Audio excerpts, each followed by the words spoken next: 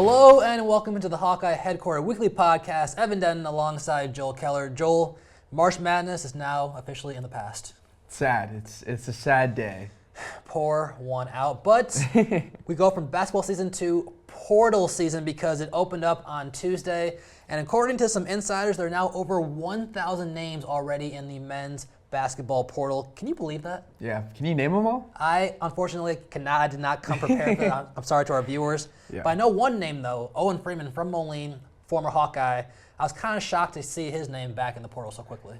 Yeah, I mean, it was basically a year ago when he all of a sudden transferred. It seemed like he didn't even stick around to even talk to Ben McCollum about staying. So it's crazy how that works.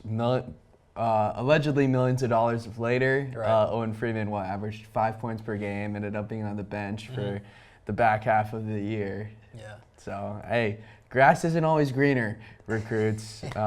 Sometimes you just got to stick it out and ride with your coach for a year or two, and maybe something good will happen. Very wise words right there by the one and only Joel Keller. Do you think that Ben McCollum would go after Owen Freeman to try and bring him back? Because obviously he might fit their needs, but I think you can't put the Band-Aid over the damage done between Owen Freeman and the Iowa fan base. Yeah, I mean, the fan base they obviously, Freeman cutting ties as co-freshman Big Ten Player of the Year.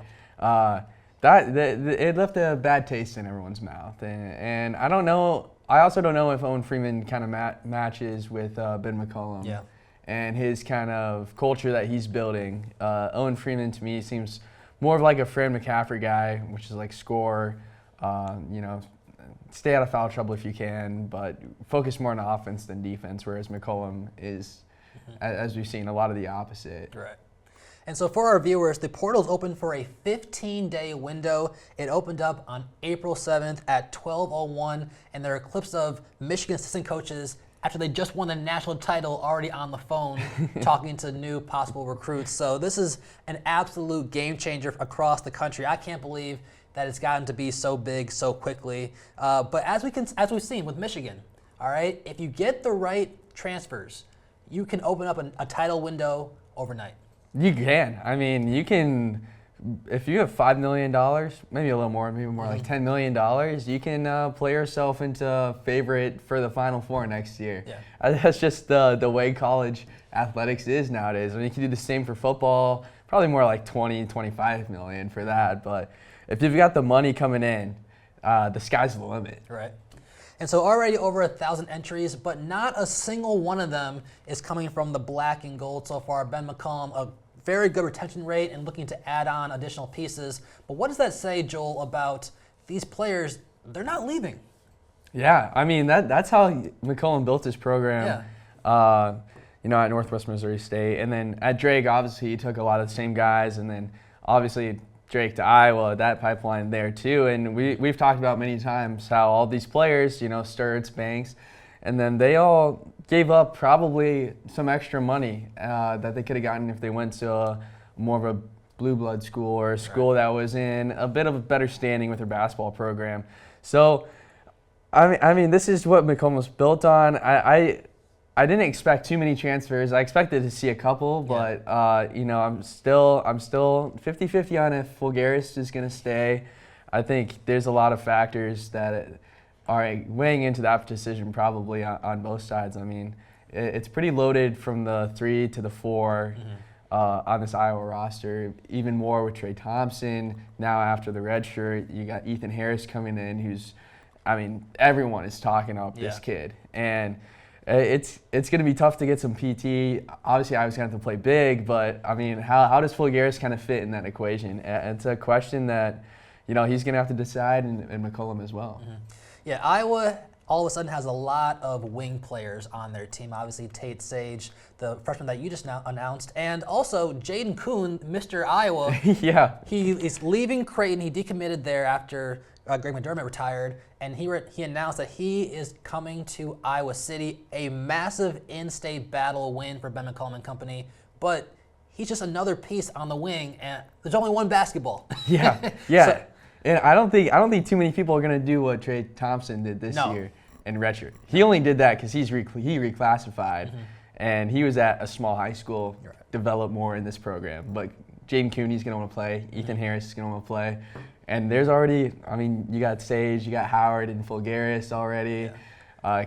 I mean, technically Maniau could play in that 4 as well. I mean, Banks could come back. We haven't heard anything on that yet. So, I mean, who's going to get the PT? So I thought for sure that on day 1 of the portal, I was going to see Alvaro Fulgaris pop up on the screen. Yeah. And he hasn't yet. And I think that might be a good sign for Ben McCollum and company, because if you get him back, I think he's going to be a starter next year at Iowa. He proved that he can be a great off-the-bench guy, but now it's time to take that next step and become a legitimate starter for Iowa. So we have to wait and see about him. And I'm feeling kind of optimistic about the whole Tavion Banks situation. I am too. I think there's too much going on. It's the waters are too muddy. Yeah. Like, okay, Iowa, go find that lawyer that'll just give him that waiver. That's all you need to do. Just run through the list of everyone in Iowa and hope that one hits. Yeah, we'll have a lot more about the potential changes to the NCAA coming up in terms of eligibility. But Iowa finishes the year ranked 15th in the AP poll. They were unranked to start the year. A run to the Elite Eight will change a lot of things real quickly. And I think that's about right. I was kind of upset, though, that they were behind Nebraska, even though they beat Nebraska in the Elite Eight. And we're 2-1 against Nebraska in the year. What, did they need to go 3-0 against them? Like, come on, they proved 3-game series right there. That's good enough in the wild card for baseball. So, come on, let's give it to us. The audacity of some AP poll voters. But for the Big Ten at large, the long streak is over. 26 years without a national championship, and one school that someone on this desk has followed for his entire life ended it. Michigan is your new national champion, their first title since 1989. I wasn't even alive for that yet, so it's been a long, long time. The Big Ten, though, overall had 2 teams in the Final Four, Michigan and Illinois. Does that prove that the Big Ten is the supreme conference for basketball this year? Yeah, this year they are, and I mean it's been time coming. Yes. The Big Ten has been one of those top dogs year after year, and then they just seemingly choked each tournament. And now it's like, okay, now that they got over the hump, can they really use that to continue to show that they're the best conference in all of college, athletics? I mean, got past couple football championships. Yep. UCLA's looking really good in baseball. Women's basketball just won a championship out of the Big Ten with UCLA in a dominating fashion as well. I mean, no conference is as well rounded as Big Ten. Penn State in wrestling, I forgot to mention them as well. So I mean, no one can really compete on every athletic like the Big Ten can. Right. And on top of that, Washington men's soccer wins a national championship. Right, I forgot about that. And this week, the Frozen Four, you've got both Michigan and Wisconsin, and there have only been a couple of repeat schools, so it's a wide variety of programs across the Big Ten. It's not just one overall dominant program, it's an entire conference. And you can say all you want about NIL changing the game, but my goodness, the Big Ten across the board, such a strong conference, and they're proving it now on the national level. They are, and everyone thought the SEC was going to run away with it, but I think the Big Ten, they focus less on football like the SEC did, and they're getting the results, and it's not like they don't have any football schools left either. I mean, they had 8 in the top 25 at one point this fall, and obviously the champion. It's good for the Big Ten. So the football national champions go from Michigan to Ohio State to Indiana. Maybe Iowa can be in the conversation next year. But now you've got Michigan men's basketball, like Joel said, UCLA women's basketball, very dominant over South Carolina. That was never a ball game. That was more like varsity versus JV, honestly. Yeah, and that's what every game was in that Final Four. All of them were blowouts. I was like, come on, can we keep it within 10 one time? Right. So I think one positive takeaway from the Final Four in the men's game is that Iowa took the eventual national champion down to the wire in Iowa City. And Hawkeye fans, that should tell you that this program is not far away. And yes, they had a couple of bad bounces against Illinois, but this program is on the upward rise, and they could find themselves in the Final Four next year if everything goes right, which happens to be in Big Ten country in Detroit. That would be amazing. Iowa fans, they want to travel. You don't have to travel too far to get there, so we'll see. But this reminds me of what McCollum said, it was after one of those early Big Ten losses, and he said, "This is the worst you're going to see us. Yeah. Like, we're going to make so much improvement, it'll be surprising." Something along those lines. And I think everyone is surprised at the improvement. I mean, it doesn't even seem like the team that was playing in December, and now you've got all this momentum going into the next year. It's like, all right, the expectation is Sweet 16. Yes. So how are you going to respond? You finally make it to Sweet 16, and now that is the floor moving forward. So you get 1 year of the whole breakthrough, and now it is the expectation moving forward. It's a high bar to set, but I think Ben McCollum might be up to that challenge. All right, so it's time to reflect because the season is now over. The Final Four is the main event that any team wants to make it to. It's what the program strive to be. But I think it's time for some change, Joel, all right? They play the men's Final Four for basketball inside of a football stadium. Yeah. Okay? And they've been doing it for years, but just there's so many things wrong with that. You got the depth perception, and it's just not your typical basketball environment. I think it is time that the men copy the women and play the Final Four inside of a basketball arena. I agree. It just makes sense. And I get you want to have more fans there at that game. I mean, the tickets are so expensive if you're not selling out the stadium anyway. Yeah. Shrink it.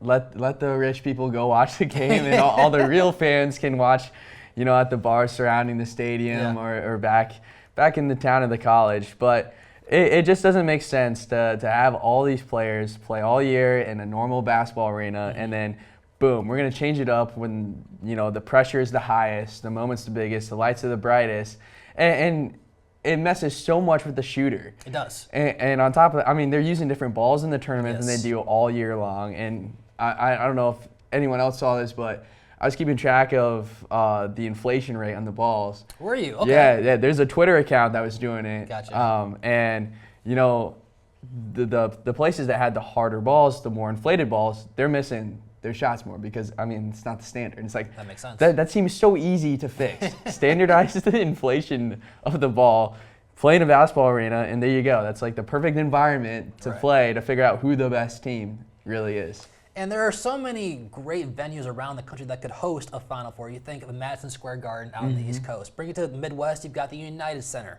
Maybe Little Caesars in Detroit, or where the Bucks now play, Pfizer Forum. It's a brand new arena. You go out west to the old Staples Center, right? Or down in Dallas where they played the Final Four with Caitlin Clark a couple years back. Yeah, I think Vegas is still in a new stadium as well. There are so many great legitimate basketball arenas that you can make a nice rotation, not just do 1 or 2 spots year in and year out, that if you move it to these venues, they're going to sell out. And I think it would just add to the mystique that is the NCAA tournament. They're going to expand it to 76 teams. That's a whole nother ball game that we don't need to do. But just for your main event, keep it inside of a basketball arena, and I think you would get rave reviews. Yeah, it works for the NBA Finals. Yes. I mean, that's when the most fans are watching that game. Obviously, it's a championship. And I don't think anyone is like, oh, we should move this to a football stadium. Right. Like, I remember when the Heat were in the finals and they had like the whiteout and stuff. It's like, that environment's perfect. No one was like, okay, let's go to Hard Rock. Exactly. I mean, it just makes no sense. Yes. So that's one good change that I think the NCAA can make. Let's see, I'm on this camera. I'm talking directly to the NCAA, all right?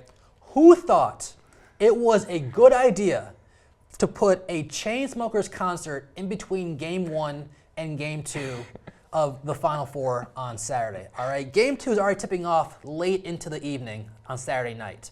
Who in the world approved it to put a Chainsmokers concert in between the games? This is nothing against the Chainsmokers. I'm sure you all got paid to do it.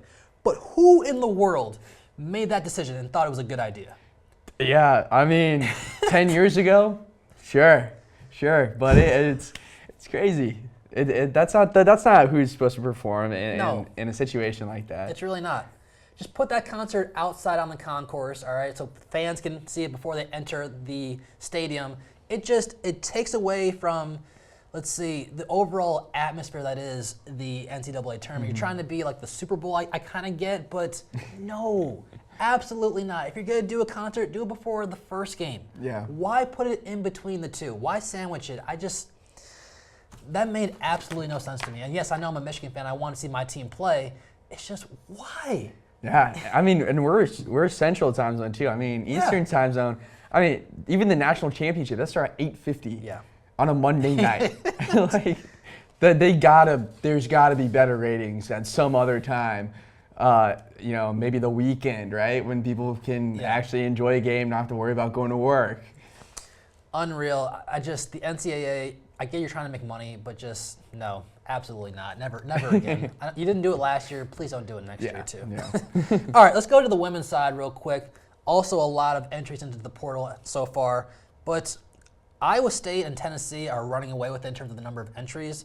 Iowa's not immune, though. We've got Emily Rodriguez, Addie Deal, Tegan Mullaney, Callie Levine, and Kenice Johnson. Yes, none of them were real big-time players besides Addie Deal, but that's kind of a hit to the Iowa culture, is it not? Yeah, I mean, I always thought Callie Levine was going to be the next Jada Gyamfi, you know. Probably not get in too often, but like good for the locker room, good positivity on the bench. And I think if you would talk to any of them, I mean, having someone like that is just very important. I mean, and the 2 Final Four runs, Jada Gyamfi was always first one off the bench cheering. And I think having that on the court, it pays dividends because you can get down yourself out there. I mean, we saw it with the Iowa team this year. When they got cold, it looked real bad, and there are some bad losses, bad streaks of losses that came because of it, and you know they're gonna miss that. But it's interesting, like especially the Rodriguez situation has been interesting all year. Not a lot is known about that, an injury, and then never really came back, and then Addie Deal wanting to leave. I don't know. It's kind of a shocker. Like I get it. Like she wanted to start, but also she was given the opportunity to start. She was in California, and she scored. Good old 0. bagel. She definitely had her chances, but I think the writing was on the wall for her. She's gonna be behind Chit Chat and Stremlo for maybe a couple more years. Yeah. It's not a clear path to a starting job, so I understand. So as of right now, Iowa still has Chit Chat Wright, Taylor Stremlo, Layla Hayes, Ava Hayden. Obviously, that's the biggest fish out there, and Journey Houston. So you do have a core still, but you lose those players that we just named to the portal. Kaylee Fierbach as well, Hannah Stulke.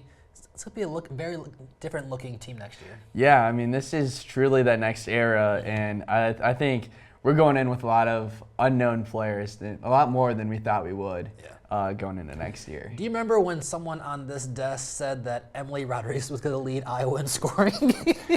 Who was that? That might have been my worst take of 2025, 2026. So I'm going to have to live with that one for a long, long time, but we wish them all the best. I cannot imagine being a coach in this era, though. Just so many portal entries. I mean, you just got to look at Iowa State. Yeah. I just can't imagine being in that scenario where you have a solid year. I mean, you didn't live up to expectations, but it's not like you missed the tournament. Yep. And then everyone leaves. Including the one and only Audie Crooks. Yeah. And it's not like 6 people. I mean, the entire team is like gone. Yeah. That's a lot that's going on over in Ames, Iowa that I'm sure will all play itself out, but it's still a very tough situation. Yeah. But maybe not tougher than Gino Auriemma's PR nightmare for the way he just really went after Dawn Staley for, I think they're calling it Handshake Gate, where clearly Dawn Staley did shake his hand before the game, but then he goes on this rant and really did not own up to it for a full 24 hours. So just a terrible look. Yeah, I mean, come on, man. You're what are you doing? A multi-time champion. I mean, you can't even count the amount of times he's won a championship. And now you're acting like this. Like, I get it. Like, you lost. Come on, man. Own it, Yeah, own it. Like, you lost to a great team. Respect that. But, I never would have imagined he would act like that. He's always been like the standard. An angry man who really just put Dawn Staley in a terrible position. But hey, we're on camera 2 right now. This is a handshake that Joel and I do. Great podcast. Great podcast. See, it's really not that hard, Gino. So I don't get why you thought that was your moment to go in on a great person in Dawn Staley. Yeah. I mean, when she was playing Iowa in those Final Fours, and I mean, she was class act. When Iowa knocked off South Carolina, that was the biggest upset in decades, and she gave them all the credit. And even the following year when they beat Iowa, she used her platform to say, let's give our flowers to Caitlin Clark for the way she's helped to improve the women's game overall and helped to bring more eyes to it. So Dawn Staley's always been a class act, just a terrible, terrible look for Gino Auriemma. All right, let's change things up for a second, all right? Because it is Masters Week. It is golf's biggest weekend, I think, of the year, right? Down at Augusta National. And Joel, you enjoy playing some golf. I do. I like to go out a couple times a week. So when you look at the field this year, who are a couple of your choices to look at? So obviously Scotty Scheffler. Yeah. He's going to be the top. I mean, he's the favorite for a reason. He's had a tough year so far. Started out slow, but it's going to be dry. Yeah. The greens are going to be fast, so it's going to be all on who's got the best short game. Yeah. And I think Scotty's number one for sure. I think Jordan Spieth could be a dark horse. I don't think he'll win necessarily, but I think he can get top 5, and I don't think a lot of people are kind of expecting that. And then my last one, my long shot, I've got 2 more. Ludwig Oberg, he's my pick to win. I'm a big fan of him. And then long shot, Cameron Smith. He's too good of a putter. The thing is, he's not good enough tee to green to pull it off. So the last 3 guys that you just mentioned, Spieth, Aberg, and you said Cam Smith. All of them have played at the John Deere Classic, all right? Spieth obviously started his career by winning that a couple of times. Look what I have written down. And I swear, we did not share notes. I also have Aberg possibly being a dark horse at the Masters because he played well at the JDC when he was here. Yeah. He was also one of the Pro-Am partners to the one and only Caitlin Clark when she was here. I can't believe you said that. Oh, man. Dude, he was in the running last year at the Masters. He played really well, and then he let it slide through his fingers. He messed up I think it was a couple of his drives there on the back 9 were pretty bad. Yeah. So he's got the talent. He is a little young though, is kind of what I'm thinking. But yeah, I mean he's right up there with the big dogs. He's played phenomenal this year. He got second place a couple of years back at the Masters, so I think his name is definitely known. But oh man, I'm not the golfer on this panel. I thought for sure I was going to come with the notes and I was going to shock Joel, and that's just not what happened. So that's why I'm very visibly upset right now. But yeah, it starts up on Thursday. It's going to be a phenomenal scene down at Augusta. If you could make, I mean, Augusta National is known for their drinks on the side and also some of the incredible holes on the course. If you could design one drink for the patrons to enjoy, what are you making?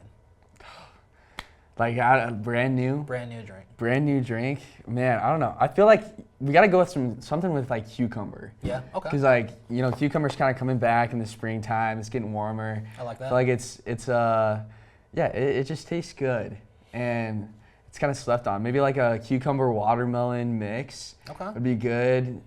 Especially if it's nice out. If it's sunny like it's supposed to be this week, I think that would be a big hit. Now, if it was rainy, I don't know if I want like a summery drink like that. So I was also thinking something watermelon flavored. So clearly Joel and I are on the same wavelength when it comes to the Masters tournament down in Augusta, Georgia. But we'll have a lot more on that coming up next week. But alongside Joel Keller, I'm Evan Den for the Hawkeye Headquarters Weekly Podcast.